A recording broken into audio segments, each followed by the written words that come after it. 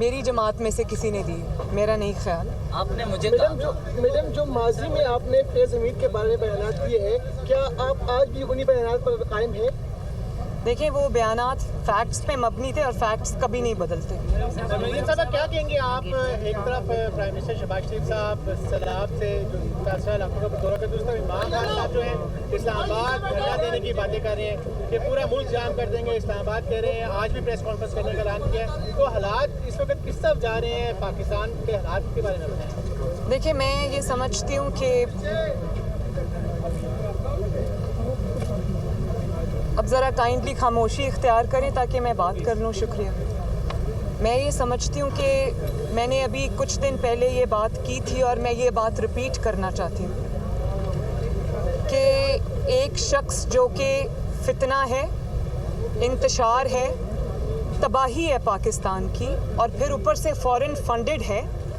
ان طاقتوں نے جو پاکستان کو آگے چلتا ہوا نہیں دیکھنا چاہتی اور پاکستان کی دشمن طاقتیں، انہوں نے اس کو فنڈ کیا ہے. اور یہ کوئی تخیلاتی بات نہیں ہے، اس کا ایویڈنس ایک ایک صفحے پر ای سی پی کے ڈیسیجن میں ہے کہ اس کو کن کن لوگوں نے فنڈ کیا ہے. تو میں یہ سمجھتی ہوں کہ جس شخص کو پاکستان کو تباہ کرنے کے لیے، پاکستان کی سیاست کو تباہ کرنے کے لیے، پاکستان کے انسٹیٹیوشنز کو تباہ کرنے کے لیے، پاکستان کی جو مورل فیبرک ہے، جو پاکستان کی سوسائٹی ہے، اس کو تباہ کرنے کے لیے، پاکستان کی نئی نسل کو تباہ کرنے کے لیے پیسے دے کر، ڈالرز دے کر لانچ کیا گیا ہے. تو وہ شخص تو یہی کرے گا، چاہے وہ حکومت میں ہو. وہ تب بھی یہی کرے گا. جب وہ حکومت میں تھا تو اس نے آئی ایم ایف کے ساتھ جس طرح کی ڈیل کی، جس کے نتائج آج بھی پاکستان بھگت رہا ہے، اور پاکستان کی معیشت کو اس نے تباہی کے دھانے پر پہنچا دیا. لینڈ مائنز بچھا کے چلا گیا، جس کو آج نہ حکومت اپنا سر توڑ کوشش کے باوجود ایک ایک کر کے چن رہی ہے، بہتری کے راستے پہ لانے کی کوشش کر رہی ہے. لیکن آپ یہ دیکھیں کہ جو کچھ وہ کر کے چلا گیا اس ملک کے ساتھ، لانگ ٹرم اس کے بہت امپلیکیشنز ہیں. اور آپ یہ بھی ایک دیکھیں کہ جاتے جاتے پھر وہ آئی ایم ایف کے معاہدے کی خلاف ورزی کر کے خود ہی جو معاہدہ کیا تھا، اور اس میں اسٹیٹ بینک کو بھی گروی رکھ گیا اور فورن ایجنٹس کو لگا کے چلا گیا. پھر وہ جاتے جاتے وہ معاہدہ بھی پھاڑ کے چلا گیا، پرائسز ڈراپ کر کے چلا گیا. اور آپ یہ دیکھیں آج تک پاکستان کی معیشت اس اٹیک سے سنبھل نہیں پائی. تو اگر حکومت میں ہو تو پاکستان کی تباہی کرے گا، حکومت سے باہر ہو تو جتھے لے کر حملہ آور ہوگا. تو میں یہ سمجھتی ہوں کہ سارے جو انسٹیٹیوشنز ہیں، سب انسٹیٹیوشنز، چاہے وہ عدلیہ ہو، چاہے وہ افواج پاکستان ہو، چاہے وہ پولیٹیکل فریٹرنٹی ہو، چاہے وہ حکومت ہو، میں سمجھتی ہوں کہ سب کو اس چیز پہ کنسنسس ہونا چاہیے کہ یہ ایک فتنہ ہے جو تباہی کے لیے لانچ کیا گیا ہے، جس کی شر سے نہ کسی کا بیٹا محفوظ ہے، نہ کسی کی بیٹی محفوظ ہے، نہ کسی کی بیوی محفوظ ہے، نہ کسی کا کوئی رشتہ دار محفوظ ہے. تو یہ اس شخص کو جس طرح جو جج تھیں زیبا، جس طرح سے اس نے اس کو جلسے میں کھڑے ہو کے ان کے بارے میں اس طرح کے کلمات ادا کیے، میں سمجھتی ہوں کہ یہ شخص کو وہی کر سکتا ہے جو جس کی یا تو دماغی صحت جو ہے وہ جس کی سینٹی کویسچن پہ ہو، یا پھر وہ شخص جس کو پیسے دے کر، جو کہ ثابت ہو گیا اس ملک کے کی تباہی کے لیے لانچ کیا گیا. اور دوسری آپ نے سیلاب کی بات کی. ہمارے ملک پر ایک آفت آئی ہوئی ہے. اللہ تعالیٰ سیلاب زدگان کو جلدی ان کے اب گھروں میں آباد کرے. حکومت پوری کوشش کر رہی ہے.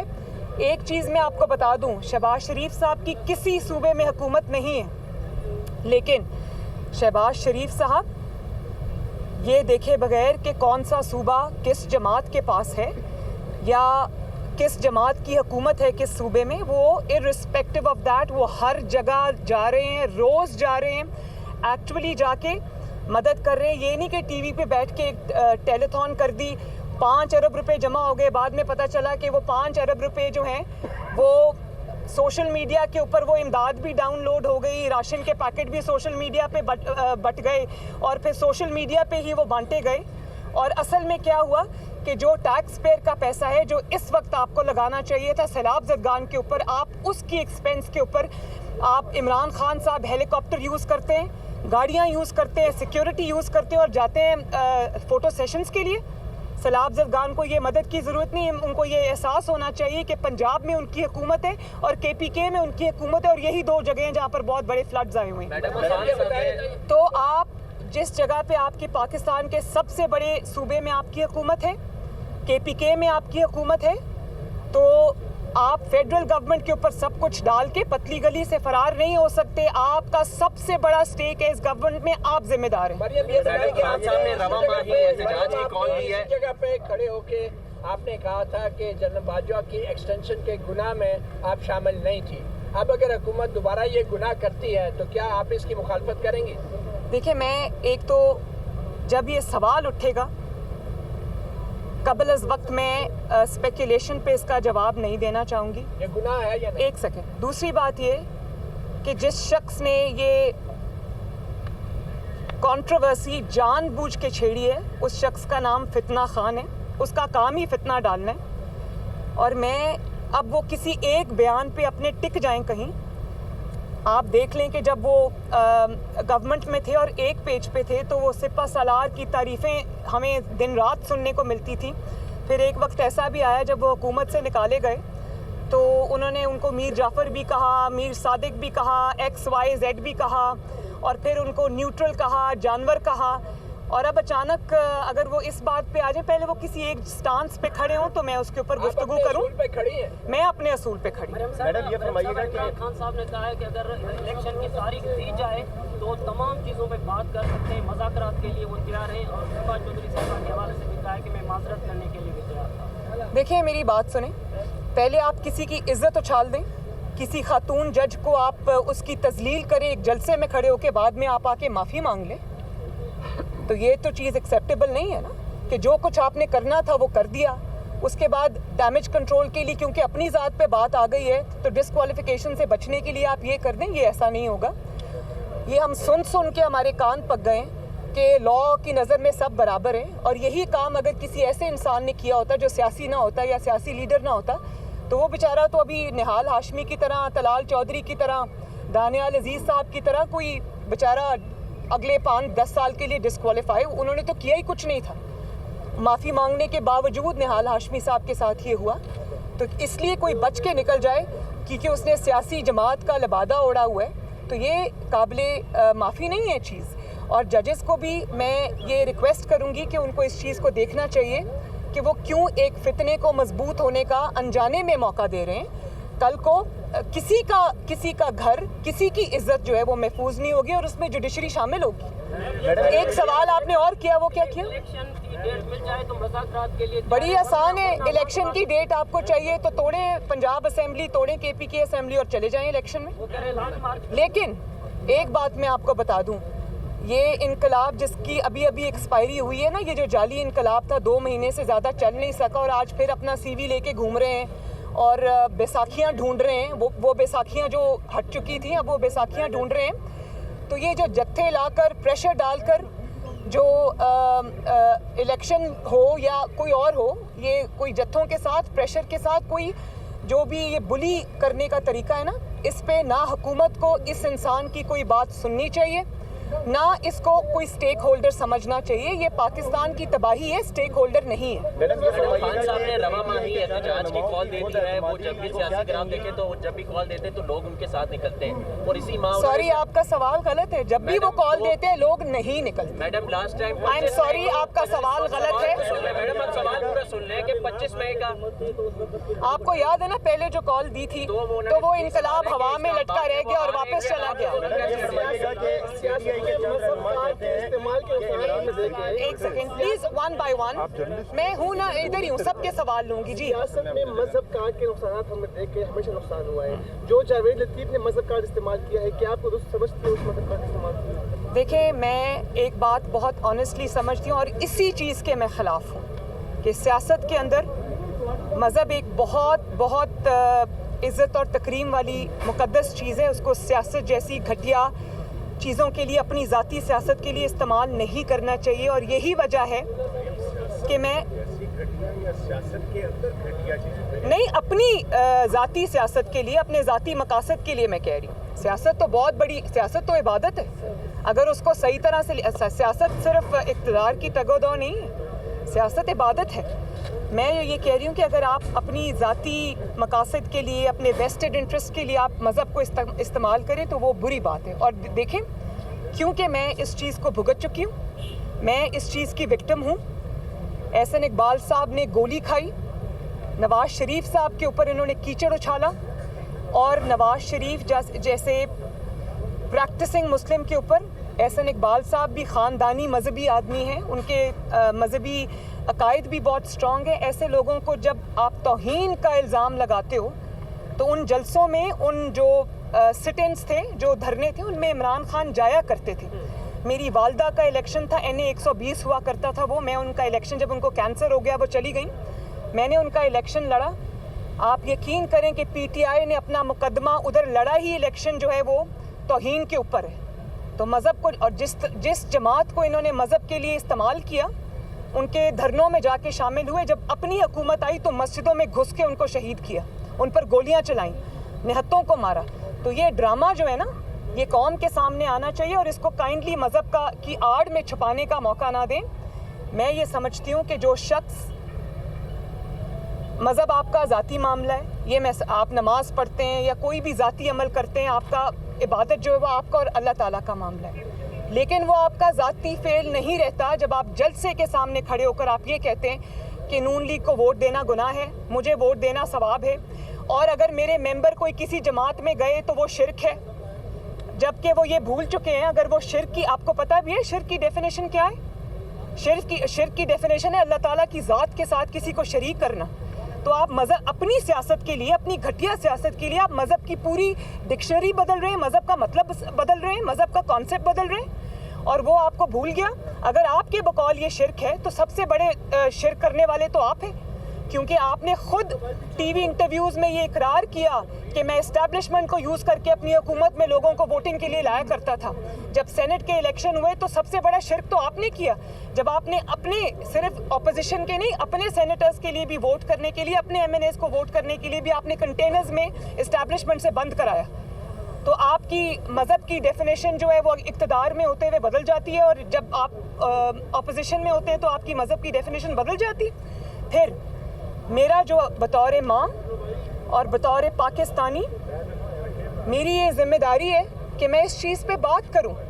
जब आप एक मजमे के सामने खड़े होकर आप मज़हब को इस्तेमाल करते हैं, आप ये कहते हैं कि आप क्या तशरीह कर रहे हैं, आगे आपके नौजवान खड़े हैं, लोग खड़े हैं, वो अपने घरों में इन कॉन्सेप्ट्स के साथ जा रहे हैं, आप क्या कह रहे हैं उनको? आप उनको ये कह रहे हैं कि मैं आपको ला इलाहा इल्लल्लाह का मतलब समझाता हूँ, और ला इलाहा इल्लल्लाह का मतलब जो है वो आपने बिल्कुल सियासत बना दिया। फिर आप ये कहते हैं कि अभी इसने रिसेंटली, हाँ, क्या बात की कि जो इसकी रीसेंट स्टेटमेंट थी वो क्या थी? नहीं, वो तो थी, और भी कब्र में सवाल होंगे जी।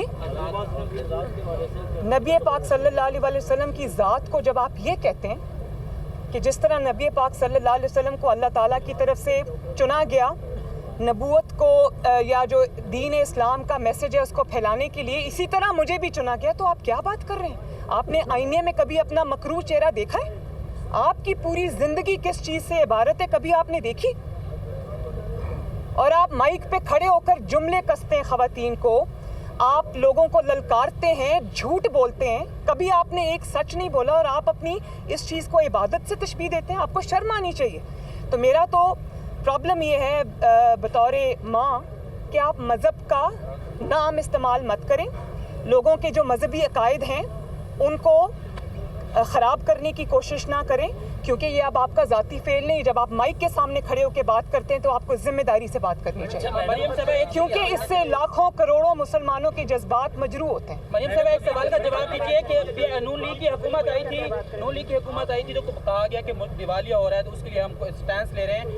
डॉलर महंगा, हर चीज़ महंगी, हर चीज़ ऊपर जा रही है, ऊपर से 70 जो है आपने वजीर बना दिए। कंट्रीब्यूशन नून लीग की क्या है मुल्क की बेहतरी के लिए? कोई एक चीज़ गिनवा दें इन 6 महीनों में।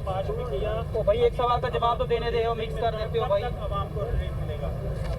ये दोनों सवालों को मैं लिंक कर देती हूँ। देखिए, मैंने अभी आपको ये बात कही कि क्योंकि इतनी मईशत की बुरी हालत थी कि मईशत को रिवाइव करने के लिए भी चंद सालों की ज़रूरत है, चंद महीनों में ये काम नहीं हो सकता। अब वो हुकूमत नहीं है जो हीरे की अंगूठियाँ लेकर फ़ैसला करती है, या जो फ़ाइलों पे दस्तखत कराने के लिए वो या ज़मीन लेने के लिए उनको हीरों की अंगूठियाँ या रिश्वत की ज़रूरत है। ये वो हुकूमत है जो दिन रात एक किए हुए मुश्किल फ़ैसले लिए हैं। मैं समझती हूँ, भले मैं उन फ़ैसलों को सपोर्ट करूँ या ना करूँ, लेकिन ये बात सच है कि शहबाज शरीफ साहब ने मुल्क को डिफ़ॉल्ट होने से बचाया है, और अब आहिस्ता आहिस्ता मईशत की रिवाइवल भी होगी इंशाअल्लाह ताला। ऊपर से ये सैलाब आ गया है।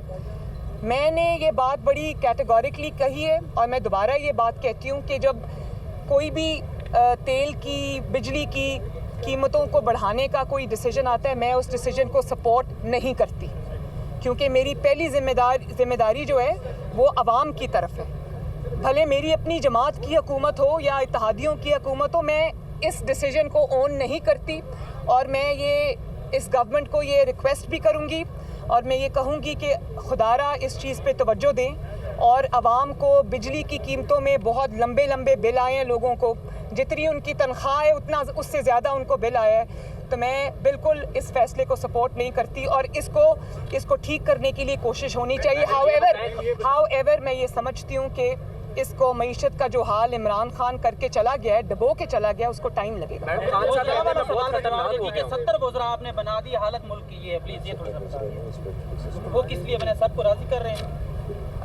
पता करके बताऊंगी। खान साहब तो कह रहे हैं कि मैं बहुत खतरनाक हो गया हूं अपने मुखालिफिन के लिए। मैं तो पहले ये कह रही हूँ कि ये शख्स मुल्क के लिए खतरनाक है, मुखालिफिन के लिए नहीं।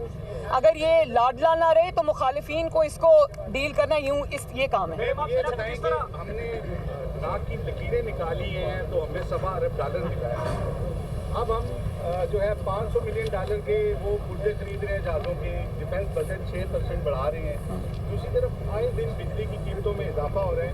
तो क्यों हम अपनी बेसिक पॉलिसी को चेंज नहीं कर रहे कि अपने जो अखराजात हैं, बाकी अखराजात, स्पेशली डिफेंस के जो सबसे बड़े अखराजात हैं, इन पर कब कट लगेगा? देखिए, ये इंटरम में तो फैसले नहीं हो सकते। इंशाअल्लाह ताला अगली गवर्नमेंट जब आएगी, इलेक्ट होकर आएगी, 5 साल के लिए आएगी, तो ये पॉलिसी है। पॉलिसी बनाने के लिए ये अभी तो सिर्फ फायर फाइटिंग हो रही है मईशत को उसमें से निकालने के लिए। तो ये बेसिकली पॉलिसी डिसीजंस हैं जो इंशाअल्लाह ताला आने वाले वक्त में जब एक स्टेबल हुकूमत आ जाएगी 5 साल के लिए, वो अपने पॉलिसी डिसीजंस खुद लेगी।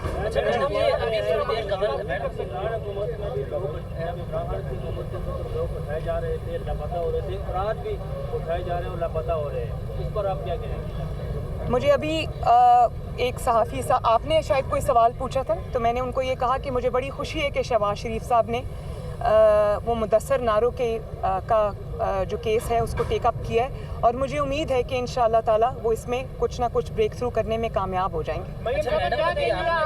इलेक्शन जो है आप पहले होते देख रहे हैं, या फिर हुकूमत जो है इमरान खान जो इस्लामाबाद का मार्च कर रहे हैं, माजराई करने आ रहे हैं, उससे निपटने की तैयारी कर रही है, आपकी क्या कहते हैं? मैं तो पहले ये बात कह चुकी हूँ। वो आजकल कह रहे हैं कि मैंने बड़ा इन स्विंगर कराया, तो मैं तो पहले ये कहूँगी कि इन स्विंगर तो जिसने कराया, आप अपने पहले कोच का नाम बताएं कि कौन सा कोच है जो आपको ये मशवरे दे रहा है। और दूसरी बात मैंने आपको अभी कही है कि इमरान खान का जो लाडलापन है उसको प्रोटेक्शन देने वाले अगर अपनी इस चीज़ को छोड़ दें, इस रविश को छोड़ दें, तो इमरान खान को सॉर्ट आउट करना 3 दिन से ज़्यादा का काम नहीं है। क्योंकि कौन दे रहा है ये तो अल्लाह बेहतर जाने कौन दे रहा है, वही जो कोच साहब हैं वही दे रहे हैं। अच्छा मैडम, अभी आपने नाम एक लिया अपनी प्रेस कॉन्फ्रेंस में गुफ्तगू करते हुए, होने जा रहे हैं और उसमें मुस्लिम लीग नून को कौन लीड करेगा? देखिए, आइडियली इंशाअल्लाह ताला जो इलेक्शन है वो अपने टाइम पे होना चाहिए। किसी बुली के, किसी फॉरेन फंडेड फितना के प्रेशर पे कोई फ़ैसला नहीं होना चाहिए, और इलेक्शन को 5 साल बाद अपने टाइम पर होना चाहिए, और अपने टाइम पर उम्मीद है इंशाअल्लाह ताला कि अपने टाइम पे ही होगा। दूसरा सवाल क्या था आपका? नून लीग को कौन लीड करेगा? जब इंशाअल्लाह ताला हम इलेक्शन के करीब पहुँचे तो जो लीडरशिप है, नवाज शरीफ साहब, शहबाज शरीफ साहब, वो बैठेंगे और जमात जो है वो डिसीजन लेगी। अच्छा बस अभी आपने नाम लिया जनरल फैज़ हमीद का, सवाल के जवाब में ये बताइए कि जनरल फैज़ हमीद के अलावा भी कोई और था किरदार? वैसे मैं principally I am not talking about PMLN only, principally I agree with that, क्योंकि जब आप हुकूमत में आ जाते हैं तो जमात सफ़र करती है, बिकॉज़ आपके पास टाइम नहीं होता।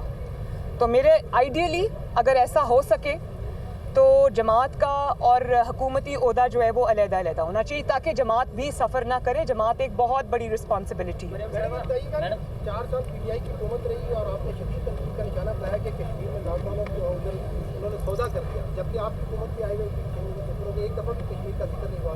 कल इस हवाले से भी इमरान खान साहब ने भी स्टेटमेंट दिया कि नून लीग अब भूल गई है कश्मीर को। नहीं, बिल्कुल नहीं भूली। नून लीग क्यों भूलेगी कश्मीर को? नवाज शरीफ साहब ने अपने 5 साल में जिस तरह कश्मीर का यूएन में भी खड़े होकर मुकदमा लड़ा था, वो तस्वीरें जो दिखाई थी बुरहान वानी साहब की, वो आज तक दुनिया को याद है, आज तक याद है। लेकिन ये जो कश्मीर के ऊपर सौदा कर, वो ट्रंप की पाँव में बैठकर सौदा करने का जो ये करके आया था इमरान खान, ये नामोशी इसके माथे से ये कलंक हटाया नहीं जा सकता। ये दूसरों को जिम्मेदार ना ठहराएं। इनका तरीका यही है कि जिस चीज़ से अपने हाथ रंगे हो वो दूसरों पे थोप दो। इसी तरह ये जो अभी इन्होंने पहले जब निकले हुकूमत से तो इन्होंने कहा अमेरिका ने मेरे ख़िलाफ़ साजिश कर दी और एंटी अमेरिका नारे अपने खुद भी लगाए और अपने जलसों में भी लगवाए और कहा कि मेरे ख़िलाफ़ फ़ौरन साजिश हो गई है और मेरे ख़िलाफ़ ये इम्पोर्टेड हुकूमत आ गई है। तो आप इस शख्स की ज़हनी हालत देखें, ये मेंटली डिरेंज्ड आदमी है और मैं ऑनेस्टली समझती हूँ कि मेंटली चैलेंज्ड है। आप ये देखें कि अब क्या हो रहा है, अब 25,000 रुपया देकर $25,000 पे डेविड फेंटन को हायर किया है कि सेनेटर्स और कांग्रेसमैन में लॉबी करने के लिए, जिस डेविड की नॉन पोजीशन है कि वो पाकिस्तान के एटॉमिक प्रोग्राम के ख़िलाफ़ खड़ा रहा है और कैंपेन करता रहा है, उसको इसने हायर कर लिया है। तो मैं ये अभी जो एम्बेसडर रफ़ेल आई थी, उनसे खुफिया जो मीटिंग कर रहे थे, तस्वीर बाहर आ गई। तो मैं ये पूछना चाह रही थी कि उनको क्या बता रहे थे। उनको ये बता रहे थे कि मैंने पहले ये ड्रामा किया कि मुझे अमेरिका ने निकाल दिया और आज रेड कार्पेट बिछा के उनके इस्तकबाल हो रहे हैं। तो मैं ये समझती हूँ कि जिस शख्स की ज़हनी सेहत दुरुस्त ना हो, उसकी 3 दिन पहले की जो उसकी स्टेटमेंट है वो आज की स्टेटमेंट से ना मिलती हो, मैं उस बंदे के बारे में क्या बात करूँ भाई। अच्छा मैडम, अभी आपने एक सवाल के जवाब में जनरल फैज़ का जिक्र किया। जनरल बाजवा भी आर्मी चीफ रहे हैं 2018 के बाद, उनका कोई किरदार था या सिर्फ जनरल फैज़ आपका टारगेट है? मेरा टारगेट कोई भी नहीं है। मैं किसी को पर्सनली टारगेट नहीं करती। मैंने जो फैक्ट्स थे वो मैंने सिर्फ बात नहीं की, वो मैं अदालत में भी लेकर गई। मेरा टारगेट कोई भी नहीं है। मेरा मुकदमा जो है वो सिर्फ और सिर्फ उस पे मबनी है जो फैक्ट्स हैं, और फैक्ट्स को आप नहीं बदल सकते। मरियम फराह गोगी के खिलाफ जो मुकदमा था वो ख़त्म कर दिया गया है और आप हीरो की अंगूठी का भी अक्सर जिक्र करती हैं, तो वो हीरो की अंगूठी के स्कैंडल में क्या पेशरफ्त हुई है? मलिक रियाज को शामिल तफ्तीश किया जाएगा या नहीं? देखिए मेरी बात सुने, मैं हीरो की अंगूठी का जिक्र नहीं करती, वो ये खुद कर रही हैं कि 3 कैरेट का डायमंड नहीं चाहिए, 5 कैरेट का डायमंड चाहिए, क्योंकि फाइल पे सिग्नेचर्स होने। पेशरफ्त क्या है? तो अगर पेशरफ्त नहीं हुई तो इस पे पेशरफ्त होनी चाहिए। मुझे हुकूमत से इस बात का शिकवा है कि मुझे नहीं पता कि पॉलिसी क्या है, मैं पॉलिसी मेकिंग में शामिल नहीं हूँ, उनकी डिसीजन मेकिंग में भी मैं शामिल नहीं हूँ, मुझे नहीं पता यहाँ पर क्या डिस्कशंस होते हैं। लेकिन मुझे शिकवा है कि एक शख्स जिसके हाथ हर किस्म के जुर्म से रंगे हुए हैं, वो अभी तक जो है वो किसी केस का, किसी सज़ा का उसको सामना नहीं है। तो ये पाकिस्तान के इंसाफ के ऊपर, पाकिस्तान के अदलिया के ऊपर, पाकिस्तान के सिस्टम के ऊपर बहुत बड़ा क्वेश्चन मार्क है। Thank you.